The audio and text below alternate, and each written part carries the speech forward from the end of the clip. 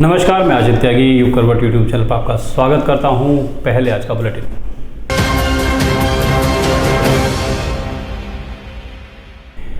शिवरात्रि के लिए दुधेश्वर मंदिर को पुलिस ने पूरी तरह से अपने कब्जे में ले लिया है। यहां सुरक्षा व्यवस्था को देखते हुए पूरे क्षेत्र को 14 सेक्टर और 74 सब सेक्टर में बांट दिया गया है।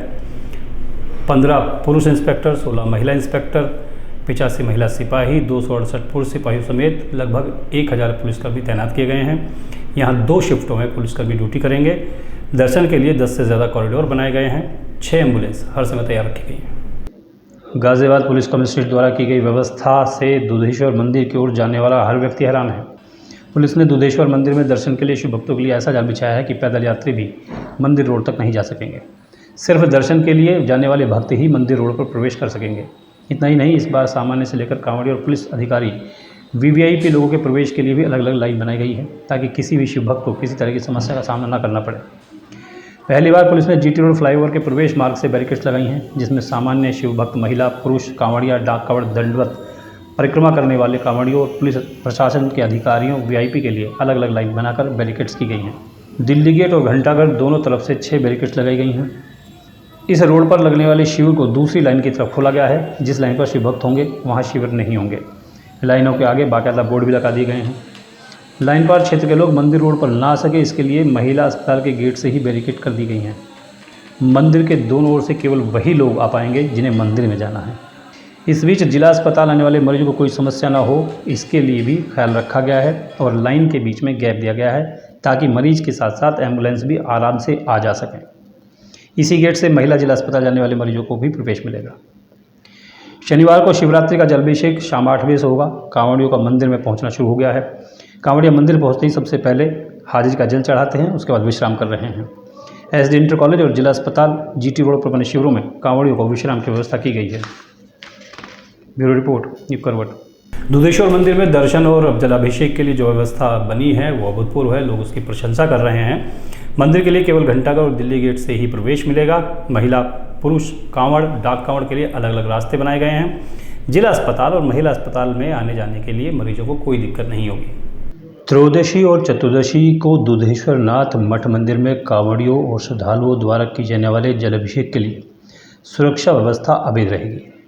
पुलिस आयुक्त अजय मिश्रा के निर्देश पर डीसीसीटी जोन निपुण अग्रवाल के नेतृत्व में दुधेश्वर मंदिर में सुरक्षा का अभेद कवच बनाया गया है। इस मंदिर के 500 मीटर के दायरे में चप्पे चप्पे पर पुलिस का पहरा दिखाई देगा। यहाँ पर हाईटेक कंट्रोल रूम बनाया गया है। आसमान से निगरानी के लिए ड्रोन सिस्टम भी मौजूद है। मंदिर और उसके आसपास के क्षेत्र में 1000 से ज़्यादा पुलिस अधिकारी और जवान तैनात रहेंगे। सुरक्षा से संबंधित ड्यूटी को 2 शिफ्टों में बांटा गया है। मंदिर परिसर को 14 सेक्टर, 74 सब सेक्टर में बांटा गया है। 15 इंस्पेक्टर, 138 सब इंस्पेक्टर, 16 महिला दरोगा, 85 महिला सिपाही और 268 पुरुष सिपाही यहाँ तैनात रहेंगे। जोन के नोडल अधिकारी निपुण अग्रवाल होंगे और उनकी अनुपस्थिति में ये दायित्व एडीसीपी प्रोटोकॉल वीरेंद्र सिंह संभालेंगे। इसके अलावा सेक्टर के नोडल अधिकारी एसीपी कोतवाली सलोनी अग्रवाल, एसीपी कविनगर अभिषेक श्रीवास्तव, एसीपी सूर्यवली मौर्य और सुनील कुमार को बनाया गया है। एसीपी एलआईयू भी यहाँ हर गतिविधि पर नजर रखेंगे। जलाभिषेक के दौरान दुधेश्वर नाथ मंदिर को जोड़ने वाले मार्गों पर 10 से ज़्यादा कॉरिडोर बनाए गए हैं। गौशाला, हापुड़ तिराहा, घंटाघर की ओर से आने वाले महिला और पुरुष श्रद्धालुओं के लिए 2 कॉरिडोर, कांवड़ियों के लिए 4 कॉरिडोर, जिनमें 2 पैदल और 2 वाहनों से आने वाले कांवड़ यात्रियों के लिए हैं। 2 डाक कांवड़ और दंडवत कांवड़ियों के लिए 1-1 कॉरिडोर बना है। कांवड़ियों को ठहरने की व्यवस्था जीटी रोड स्थित शंभू दयाल डिग्री कॉलेज और इंटर कॉलेज में की गई है। इन दोनों कॉलेजों में भी सुरक्षा के लिए भारी फोर्स तैनात की गई है।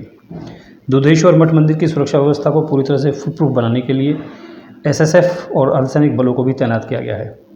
उनकी तैनाती मुख्य मंदिर परिसर और उसके आसपास रखी गई है। दुधेश्वर नाथ मंदिर और उसके आसपास कई स्वास्थ्य शिविर भी बनाए गए हैं। आधा दर्जन से ज़्यादा एम्बुलेंस भी हर समय मौजूद रहेंगी। शिविरों में चिकित्सा और मेडिकल स्टाफ पूरे दिन रात तैनात रहेगा। मंदिर परिसर और इसके आसपास कई क्यूआरटी टीम भी तैनात रहेंगी। जलाभिषेक की प्रक्रिया पूरी होने तक क्यूआरटी टीम मौजूद रहेगी। यातायात व्यवस्था का नोडल अधिकारी एडीसीपी ट्रैफिक रामानंद कुशवाहा को बनाया गया है। उनके निर्देश में एसीपी ट्रैफिक और टीआई के अलावा यातायात पुलिसकर्मी के दर्जनों जवान तैनात रहेंगे। पुलिस ने दुधेश्वर मंदिर की सुरक्षा के लिए डॉग और बम स्क्वाड को भी हर समय तैयार रखा है। जलाभिषेक के लिए श्रद्धालुओं को जूते चप्पल करने में दिक्कत ना हो, इसके लिए घंटाघर और हापुड़ तिराहे के पास अंडरपास के नीचे भी जूता स्टैंड बनाए गए हैं। इनकी व्यवस्था स्वयंसेवक संभालेंगे। ब्यूरो रिपोर्ट, यू करवट। मेरठ रोड पर कांवड़ यात्रा अपने चरम पर है। अलग अलग स्वरूप की झांकी और कांवड़ लोगों को आकर्षित कर रही हैं। आज एक ऐसी कांवड़ भी नजर आई जिसे 200 के नोटों से सजाया गया था। इसमें 1,75,000 मूल्य के नोट लगाए गए। उधर गाजियाबाद के प्रभारी मंत्री असीम अरुण भी आज मेरठ तिराहे पर पहुंचे। उन्होंने mayor Sunita Dayal, police commissioner Ajay Mishra, जिलाधिकारी आर.के. सिंह, नगरायुक्त नितिन गौड़ के साथ कांवड़ यात्रियों पर पुष्प वर्षा की।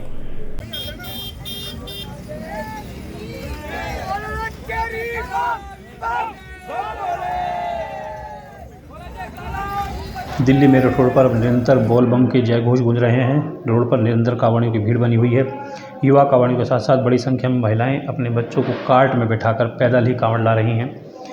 तिरंगे और भगवा झंडे से कांवड़िया अपनी कांवड़ सजाकर ला रहे हैं। बोल बम के साथ झांकियों में भारत माता की जय, वंदे मातरम के साथ देशभक्ति गीतों पर भी कांवड़िए झूमते नजर आए। भगवान कैलाश की बड़ी प्रतिमा की झांकी सजाकर ला रहे दिल्ली के कांवड़ियों ने बताया कि वो लगातार कई साल से इसी तरह की कांवड़ ला रहे हैं। 22 सदस्यों का दल झांकियों को पैदल ही खींच कर लाता है। झांकी को रास्ते में कई पुरस्कार मिल चुके हैं। कई संस्थाओं द्वारा सम्मानित की जा चुकी है। शाहदरा दिल्ली के कांवड़िया 200 रुपये के नोट से भगवान भोले की प्रतिमा के साथ कांवड़ सजाकर ला रहे हैं। कांवड़ियों ने बताया कि झांकी को 1,75,000 के नोटों से सजाया गया है। कांवड़ियों ने बताया कि शिव भक्त को उनका दल बहुत मानता है और हर साल इसी तरह की झांकी सजाई जाती है। इस बीच जिले के प्रभारी मंत्री असीम अरुण भी गाजियाबाद पहुंचे। उन्होंने mayor Sunita Dayal, police commissioner Ajay Mishra, जिलाधिकारी आर.के. सिंह और नगरायुक्त नितिन गौड़ के साथ कांवड़ियों पर पुष्प वर्षा भी की। ब्यूरो रिपोर्ट, यू करवट। कर्नाटक में हुई जैन मुनि की हत्या से पूरा देश गुस्से में है। इसका असर गाजियाबाद में भी देखने को मिला। यहाँ जैन समाज ने कविनगर से जिला मुख्यालय तक विरोध मार्च निकाला। उन्होंने जिलाधिकारी को ज्ञापन भी दिया और सरकार से इस मामले में जल्द कार्रवाई की मांग की। जैन समाज के आचार्य काम कुमार नंदी महाराज की कर्नाटक के चिकोड़ी जिले में हीराखोड़ी में हुई हत्या के विरोध में आज विरोध मार्च निकाला गया। जैन समाज के लोगों ने जिलाधिकारी को ज्ञापन भी दिया, जिसमें कहा गया कि स्वतंत्र भारत के इस सबसे जघन्य हत्याकांड ने कर्नाटक के गौरवशाली इतिहास पर काला धब्बा लगा दिया है। महावीर राम और कृष्ण के देश की संस्कृति को तार तार कर दिया है। और प्रधानमंत्री, गृह मंत्री और कर्नाटक सरकार को ज्ञापन भेजा है कि इस पर तुरंत से तुरंत सख्त कार्रवाई की जाए तथा हत्यारों को फांसी दी जाए। अगर इस पर जल्द कार्रवाई नहीं हुई तो हम लोग विश्वव्यापी आंदोलन चलाएंगे। इस अविश्वसनीय बर्बर हत्याकांड से संपूर्ण जैन समाज सदमे में है। ज्ञापन में मांग की गई है कि सभी हत्यारों और हत्या में शामिल अपराधियों को तुरंत गिरफ्तार किया जाए। फास्ट ट्रैक कोर्ट के माध्यम से अपराधियों पर मुकदमा चलाकर कठोर से कठोर सजा दिलाई जाए। ब्यूरो रिपोर्ट, यू करवट। ये था आज का बुलेटिन। अब खबरों का पोस्टमार्टम।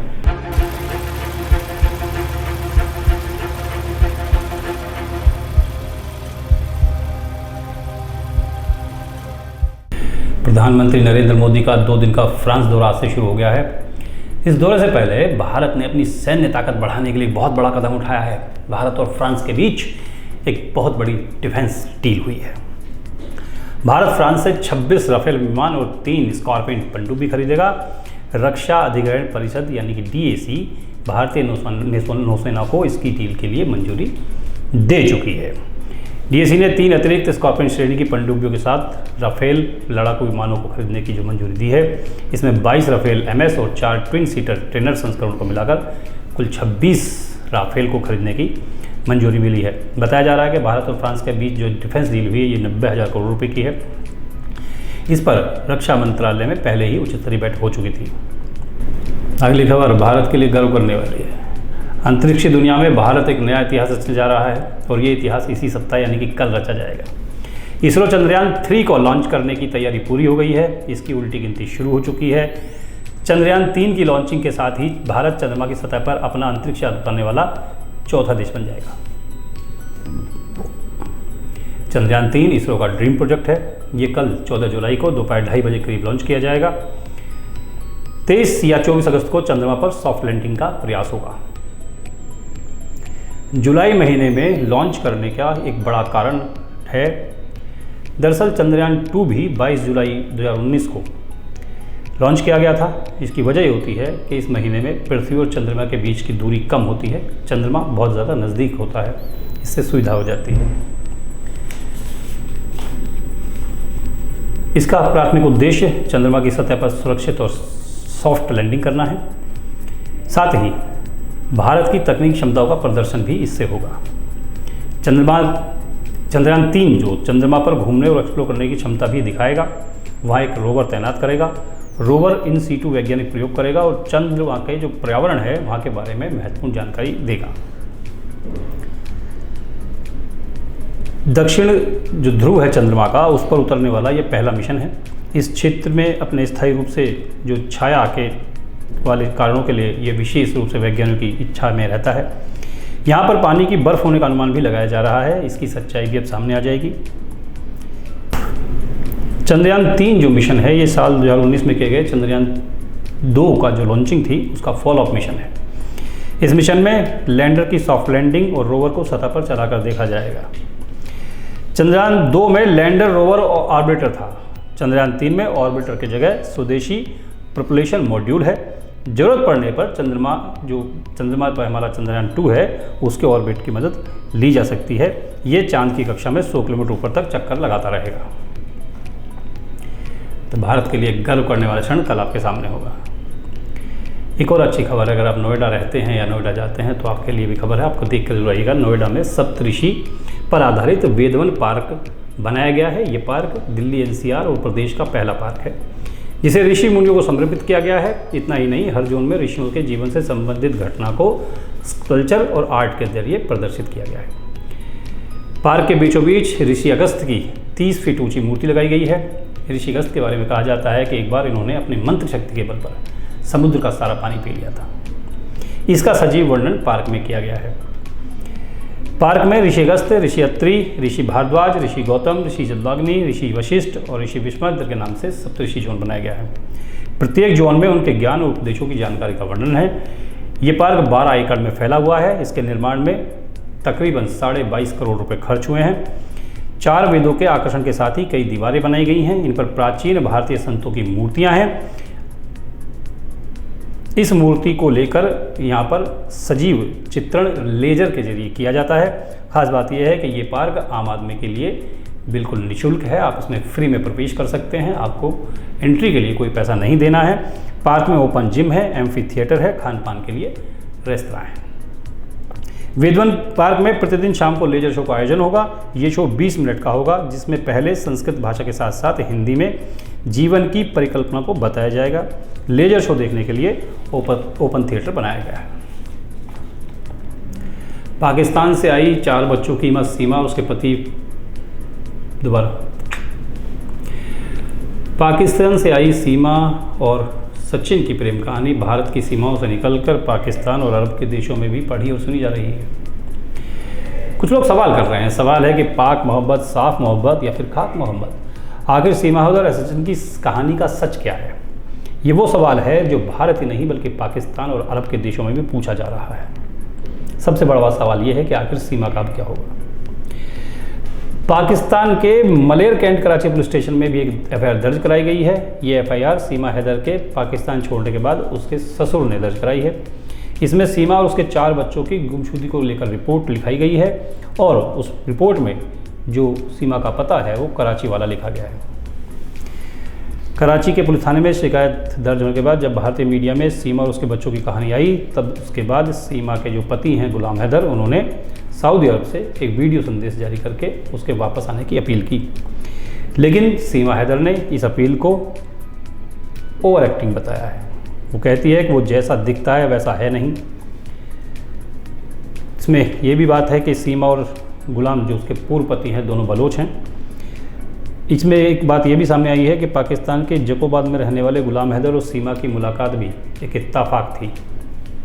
दरअसल गुलाम का एक मोबाइल कॉल सीमा हैदर के फ़ोन पे चला गया था जो एक रॉन्ग कॉल थी। उसके बाद इन दोनों में बातचीत का सिलसिला हुआ और बात प्रेम तक पहुंची। सीमा ने अपने परिवार से हैदर से शादी करने की अनुमति मांगी। परिवार इसके लिए राजी नहीं हुआ तो सीमा ने घर से भागकर कोर्ट में उससे शादी की थी। इस शादी के बाद वहाँ के इलाके की पंचायत हुई थी जिसमें गुलाम हैदर को जुर्माना भी भरना पड़ा था। भारतीय एजेंसियां पूछताछ कर रही हैं, जानकारी जुट रही हैं, लेकिन अब पुलिस ये मानने लगी है कि ये केवल एक मोहब्बत है जो एक देश से दूसरे देश तक ले आई, इसमें जासूसी जैसा कुछ नहीं है। अगली खबर जो मैं आपको बताऊंगा उसको सुनकर आपके रोंगटे खड़े हो जाएंगे, आप हैरान हो जाएंगे, सोचने पर मजबूर हो जाएंगे कि आखिर ऐसा हो कैसे सकता है। एक 8 साल के बच्चे की मां को पड़ोसी से अवैध संबंध बनाना पसंद था। अवैध संबंध की भेंट उसने अपने मासूम बेटे की बलि चढ़ा दी। इस घटना पर यकीन तो नहीं होता, मगर जो सच है वो बताया जाएगा। घटना ग्रेटर नोएडा के बादलपुर क्षेत्र की है। 8 साल के बच्चे की मां को पड़ोसी से प्यार हो गया, प्रेम की पींग बढ़ी तो मामला अवैध संबंध तक जा पहुंचा। मां की काली करतूत को 8 साल के मासूम अंकित ने देख लिया।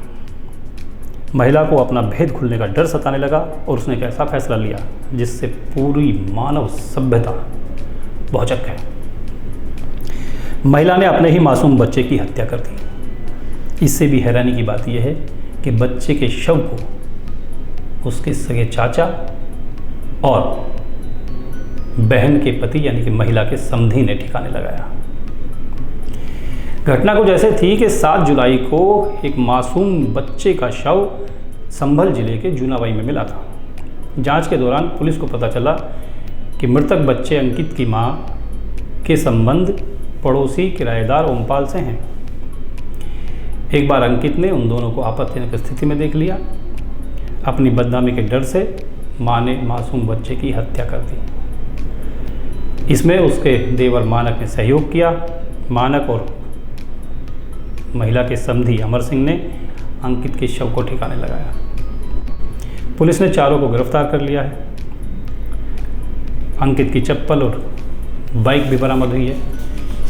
लेकिन सवाल ये खड़ा हो गया है कि आखिर एक मां इतनी कठोर कैसे हो सकती है कि वो अपने अवैध संबंध बचाने के लिए अपने मासूम बच्चे की हत्या कर दे। सवाल उठा है, सोचिएगा जरूर। तो आज के लिए बस इतना ही। गाज़ियाबाद और आसपास की तमाम खबरों को देखने के लिए देखिए युग करवट यूट्यूब चैनल। विस्तृत रूप से जानकारी के लिए पढ़िए युग करवट समाचार पत्र। आज का खबरों का पोस्टमार्टम, आज का बुलेटिन आपको कैसा लगा मुझे कमेंट करके ज़रूर बताइएगा। आपके कमेंट हमारे लिए बहुत महत्वपूर्ण होते हैं, हमें दिशा दिखाते हैं। आज की वीडियो को लाइक कीजिएगा, अपने दोस्तों और रिश्तेदारों के साथ शेयर कीजिएगा। नमस्कार।